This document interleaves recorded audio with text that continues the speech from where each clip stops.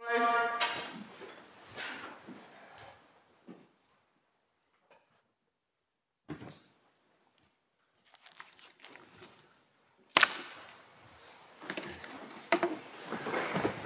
in the appeal of B. Algeria against the Secretary of State for the Home Department. Lord Kerr will give the judgment. The person who has brought this case to the Supreme Court and who has been referred to throughout as B claims that he is an Algerian citizen. He has been in the United Kingdom since 1993. Between 2002 and 2005, he was detained under an Act of Parliament, the Anti-Terrorism, Crime and Security Act 2001. When that Act was repealed and replaced by the Prevention of Terrorism Act 2005, B was released on the 11th of March 2005. He was then made the subject of what is known as a control order. This meant that, although he was no longer in custody, significant restrictions were placed on his liberty. On the 11th of August of that year, 2005, B was told that the Home Secretary intended to deport him on national security grounds. 6 days later, he appealed that decision. But he used what is now accepted was a false identity to pursue the appeal. The appeal was made to the Special Immigration Appeals Commission, commonly referred to as SIAC. SIAC decided that the Home Secretary was right to conclude that B should be deported because he posed a risk to national security. But it had to address another question. This was it safe to return B to Algeria? SIAC found it impossible to deal with that question because B had not revealed his true identity. On the 19th of July 2009, therefore, it ordered B to disclose his identity. He did not comply with that order.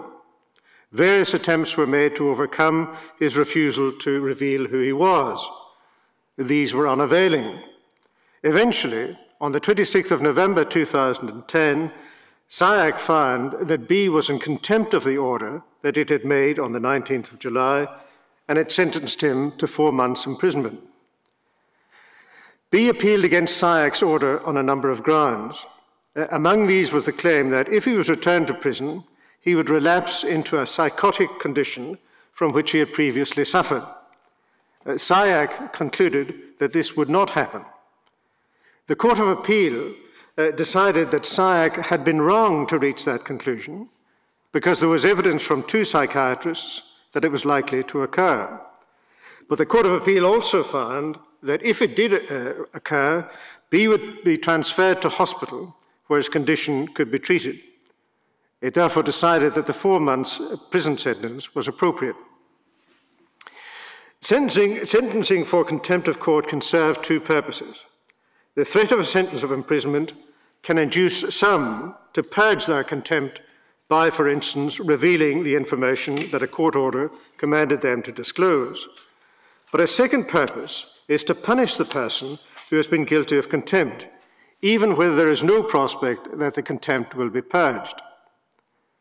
On appeal to this court, it was argued on the appellant's behalf that the Court of Appeal, having found that SIAC was wrong in its conclusion about the prospect of B relapsing into a psychotic state, should not have decided that the sentence that SIAC had chosen was correct. It was also argued that it had adopted a wrong approach in asking whether the sentence chosen was manifestly excessive. That was the approach taken in criminal appeals, but it was not, the appellant argued, appropriate for appeals against sentence for contempt of court, because Section 13, subsection 1 of the Administration of Justice Act 1960 gives an automatic and broadly based right of appeal from a decision of a court in the exercise of its jurisdiction to punish for contempt of court. The Supreme Court unanimously dismisses the appeal. It is accepted that a fresh look at the appropriate sentence is required, where it has been decided that the basis on which it had been concluded that a sentence for contempt should be imposed was wrong. But where the appellate court was aware of all the relevant circumstances, there was no reason that the fresh look should not be undertaken by that court. And in this case, that is precisely what the Court of Appeal did.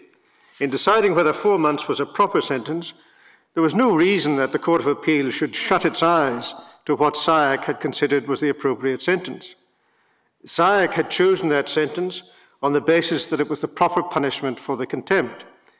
It had recognised that the prospect of a sentence would not induce the appellant to change his mind and reveal the information. The Court of Appeal had to choose a sentence on exactly the same basis.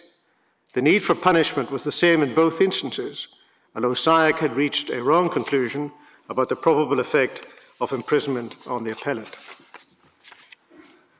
The court is now adjourned.